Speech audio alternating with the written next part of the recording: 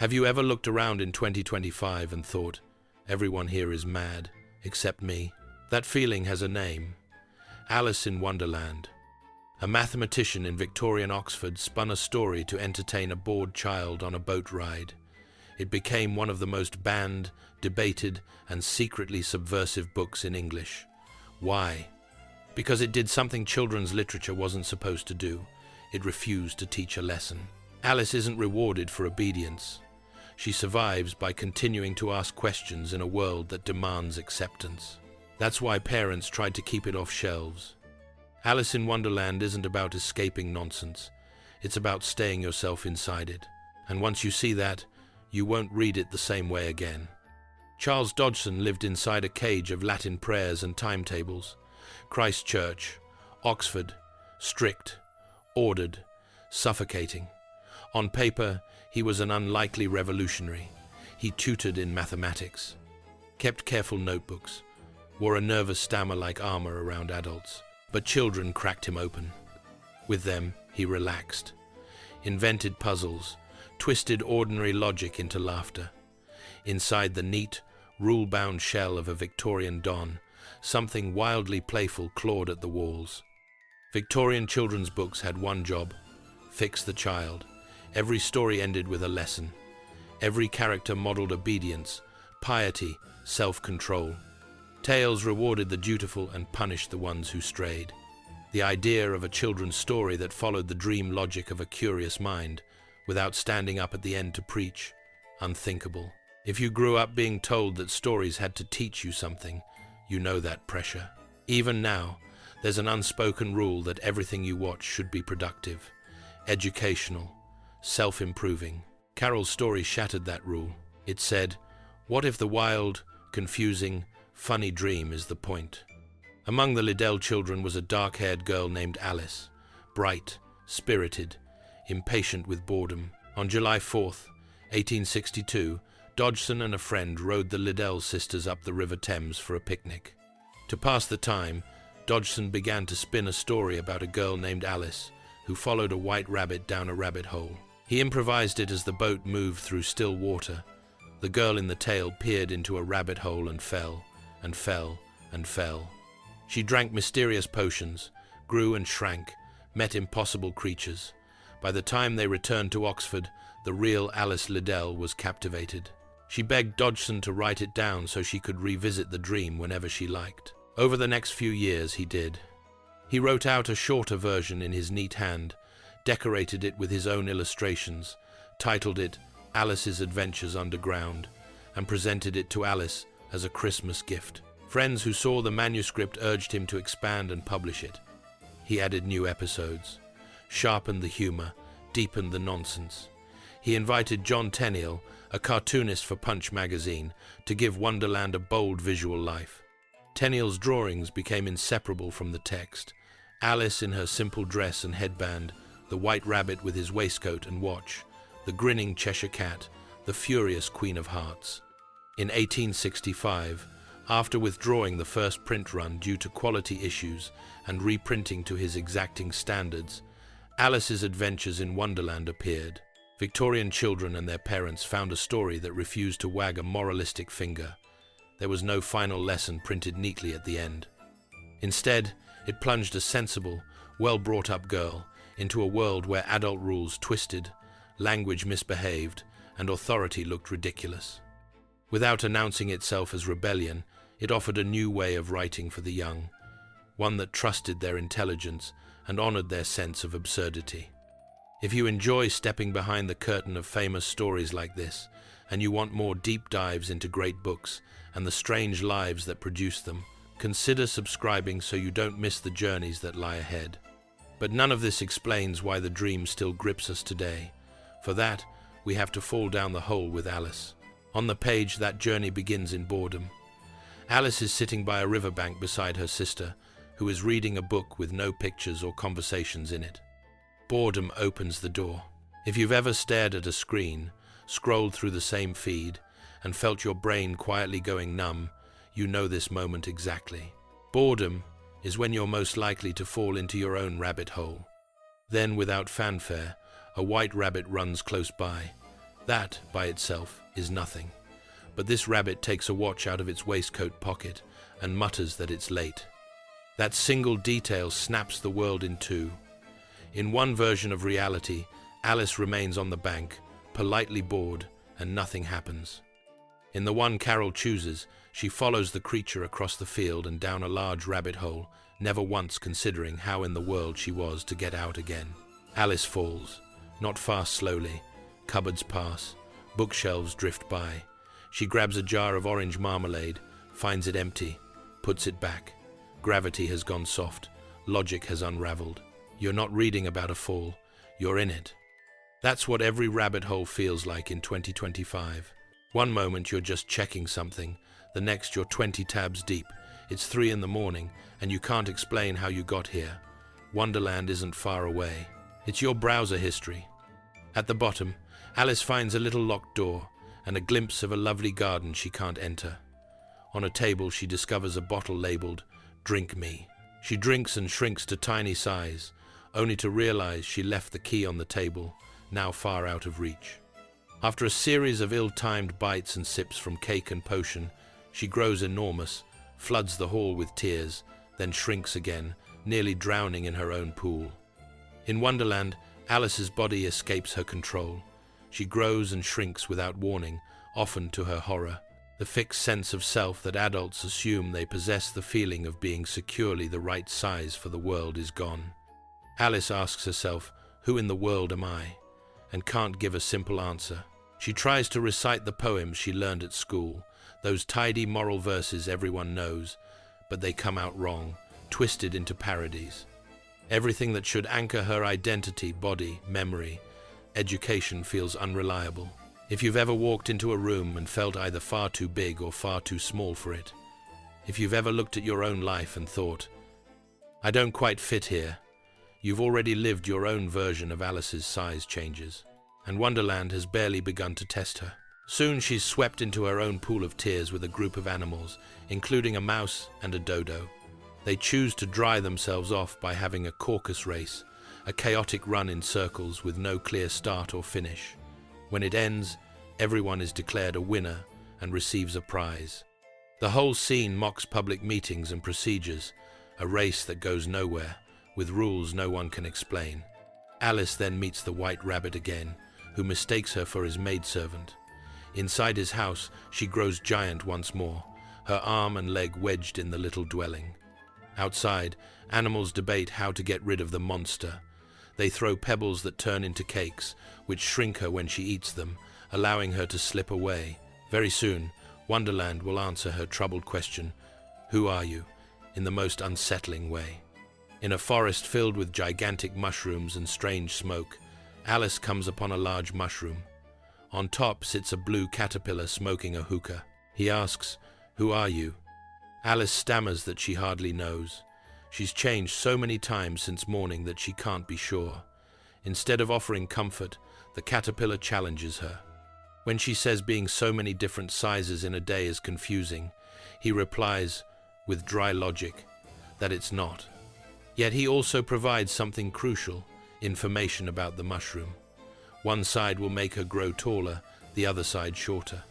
For the first time, Alice can take some control of her own transformations. She experiments wildly at one point, becoming so tiny her chin hits her foot, then stretching her neck so long that birds mistake it for a snake. But Wonderland has stranger lessons waiting, and the next one will show her just how dangerous grown-up households can be. Leaving the caterpillar, she reaches a house where a duchess lives. Inside the kitchen, pandemonium reigns. A cook throws pots and pans.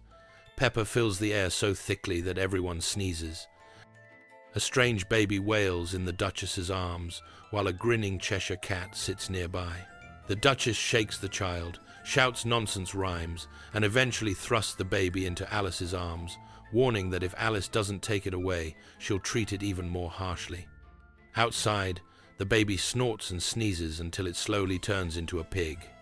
The Cheshire cat, hovering in tree branches, gives Wonderland one of its most famous lines. When Alice asks which way she ought to go from here, he replies that it depends very much on where she wants to get to. When she says she doesn't care much, He answers that then it doesn't matter which way she goes. As they talk, he appears and disappears, sometimes leaving only his grin behind. "We're all mad here," he tells her. "I'm mad. You're mad." In Wonderland, madness isn't an exception. It's the basic condition of existence. And that mad tea party is the next station in Alice's journey, a place where nonsense becomes a social event, and where you'll recognize your own life more than you might like. She arrives at a long table under a tree, where the March Hare and the Hatter are having tea, with a dormouse asleep between them. It's always tea time here, because Time quarreled with the Hatter. Time stopped at 6 o'clock, and so the three are trapped in an endless loop of cups, crumbs, and nonsense. The conversation at the tea party is a dance of rudeness and twisted logic. The Hatter asks riddles for which he has no answer, criticizes Alice's remarks as impolite, tells her she shouldn't talk if she has nothing to say. The March Hare offers wine that isn't there. The Dormouse tells a story about three sisters living at the bottom of a treacle well. Beneath the jokes is a sharp blade. Polite conversation, under Carroll's lens, can look like a sequence of empty, circular exchanges in which no one actually listens. If you've ever sat through a meeting that could have been an email, a group chat where no one is really hearing anyone else, you've already attended the mad tea party. Everyone's talking. Nothing moves forward. By the time she leaves the tea party in disgust, Alice is ready to call nonsense by its name. Her politeness wears thin. She starts to question the authority of the characters she meets, even when they're older, grander, or more powerful. Wonderland, meant to unsettle her, is also training her to think for herself. And now Wonderland will put that new courage to its hardest test. Nonsense is about to put on a crown. Wandering away from the mad tea party, Alice enters the garden of the Queen of Hearts. At first glance, it looks like the prize she's been chasing from the beginning, the beautiful garden she glimpsed through the little door at the start of her descent. Yet when she arrives, she finds a world that looks like a deck of cards come to life. Alice stumbles upon three gardeners painting white roses red. They planted the wrong kind of tree and are hoping to hide their mistake before the Queen sees it. When the Queen of Hearts arrives, the gardeners throw themselves flat on their faces. The Queen demands to know what's happening, and at the slightest annoyance she bellows, "Off with their heads." It's her answer to almost everything. The famous croquet game that follows is unlike any polite English sport. The mallets are live flamingos that twist and flop. The balls are hedgehogs that roll away at will. The archers are card soldiers who move around. There's no way to play by any clear rule. The Queen storms about shouting for people to be executed. Everyone cheats. No one dares protest openly, but everyone knows, on some level, that the game is impossible. Before long, Alice is led away to meet the mock turtle and the griffin. These two creatures describe an education quite unlike Alice's own. They speak of school subjects like reeling and writhing and ambition, distraction, uglification, and derision. Another of Carroll's playful attacks on the solemn language of schooling and self-improvement. But all of Wonderland has been moving toward one last test, the moment when Alice has to face power directly and decide what she believes. The climax arrives in the form of a trial. The Knave of Hearts is accused of stealing the Queen's tarts. A courtroom is arranged, with the king as judge, a jury of animals and cards, and the White Rabbit as herald. The proceedings reveal themselves as nonsense immediately. The jurors begin by writing down their names in case they forget them. Evidence consists of a random poem that could mean anything or nothing. Rules are invented and discarded on the spot. At one point, the king declares that all persons more than a certain distance high must leave the court. He measures Alice, who has been slowly growing, and tries to use her height against her. The Queen, eager for a spectacle, calls for a sentence at once. When Alice protests that they must have the verdict first, the Queen snaps, "Sentence first, verdict afterwards." An upside-down echo of every injustice, in which punishment is decided long before the facts are heard. If you've ever felt judged before anyone listened to your side, if you've ever watched a decision get made in a room you weren't allowed to enter, you've stood, at least in spirit, in that absurd courtroom. As the trial grows ever more ridiculous, Alice loses patience. She tells the court that they're nothing but a pack of cards. In that instant, the illusion shatters. The cards rise into the air and come flying down upon her. She feels them falling, swats at them, and suddenly wakes up with her head in her sister's lap on the riverbank. The furious queen, the foolish king, the frightened courtiers have all turned back into dry leaves scattered by the breeze. In that moment of awakening, Carroll lets a child do something quietly revolutionary. She sees through the symbols of power. Once she refuses to be intimidated, the whole elaborate system collapses into its flimsy material. Ink on card, nothing more. The dream is over, but its colors don't fade at once. Alice tells her sister the dream, then runs off.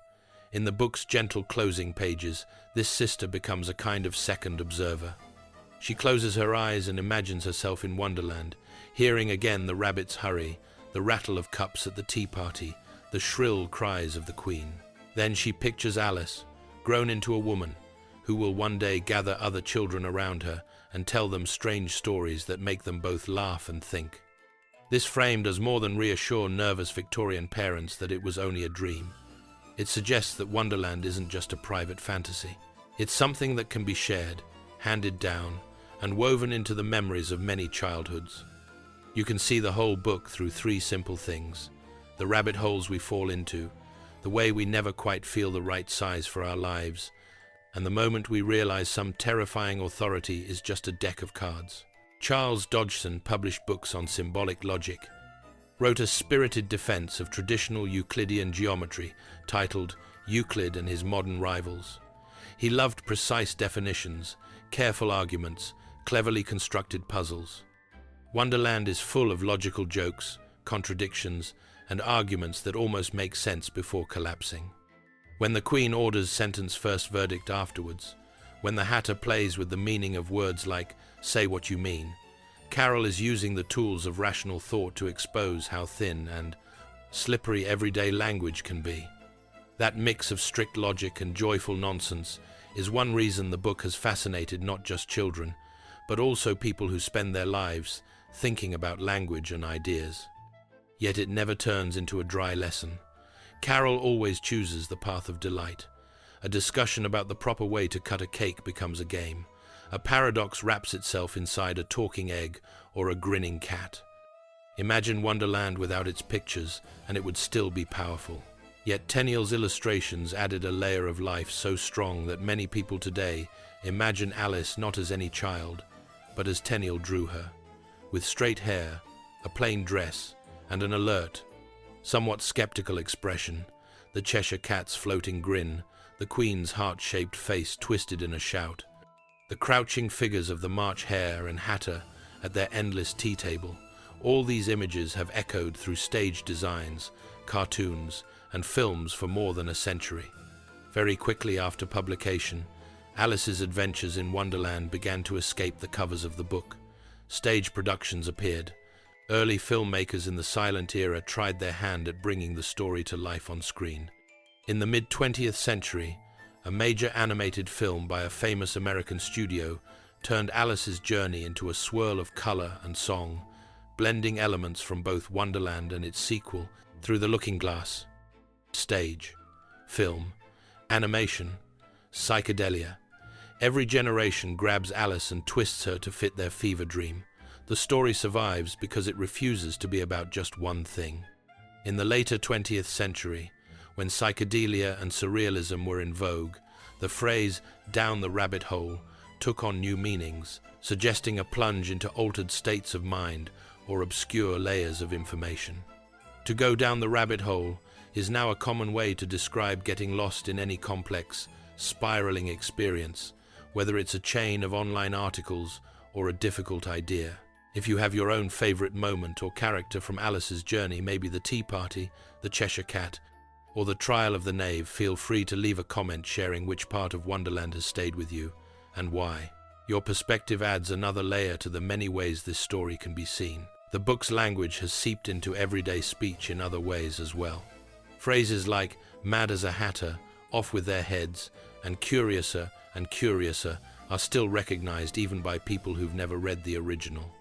Writers of fantasy and dreamlike fiction have learned from Carroll how to build worlds that follow their own laws while still feeling strangely consistent. One reason the book still feels modern is its refusal to tell us exactly how to interpret it. There's no narrator stepping in at the end to explain that this character stands for one moral flaw and that scene for another. Instead, the story offers us patterns of shrinking and expanding, of question and answer, of rule and misrule, and lets us decide what they mean. That openness allows each generation to find something different in Alice's adventures. Another reason is the respect the book shows for the child's point of view. Alice isn't treated as a fool or a blank slate. She's observant, sharp, capable of judgment. She's willing to learn, but she's also willing to say, "That's nonsense," when something feels wrong. In an age when children were expected to accept adult authority without question, Carroll allowed his young heroine to push back, to doubt, and to grow. The world makes no sense. The rules shift. The powerful are ridiculous. Alice knows it, you know it. That's why the book won't fade. We're surrounded by rules we didn't make and don't fully understand. The story suggests that survival doesn't come from blind obedience, but from curiosity, questions, and a sense of humor. That's why we still recognize ourselves in Alice, a girl who enters a confusing world and refuses to stop thinking for herself. So when we pick up the book today, we're not simply revisiting a Victorian curiosity. We're following Alice into a place where logic dances, language misbehaves, and power reveals its seams. In that sense, Wonderland isn't an escape from reality, but a mirror held up to it, a mirror that changes shape as we change, but always reflects something true about being a mind in a confusing world. If this journey through Alice's adventures has stirred your curiosity, think about sharing this video with a friend who loves stories, puzzles, or the feeling of getting deliciously lost in a classic. You might be the white rabbit that leads them into a world they thought they already knew, only to discover it all over again. And the next time your own life starts to feel like Wonderland rules that shift every minute, voices talking in circles, some furious Queen of Hearts yelling for your head, remember what Alice finally did. She stopped believing the nightmare. She called the cards what they were. She woke up. If you'd like more stories that quietly hand you that kind of courage, make sure you subscribe, add your thoughts in the comments, and share this with someone who might need to hear it.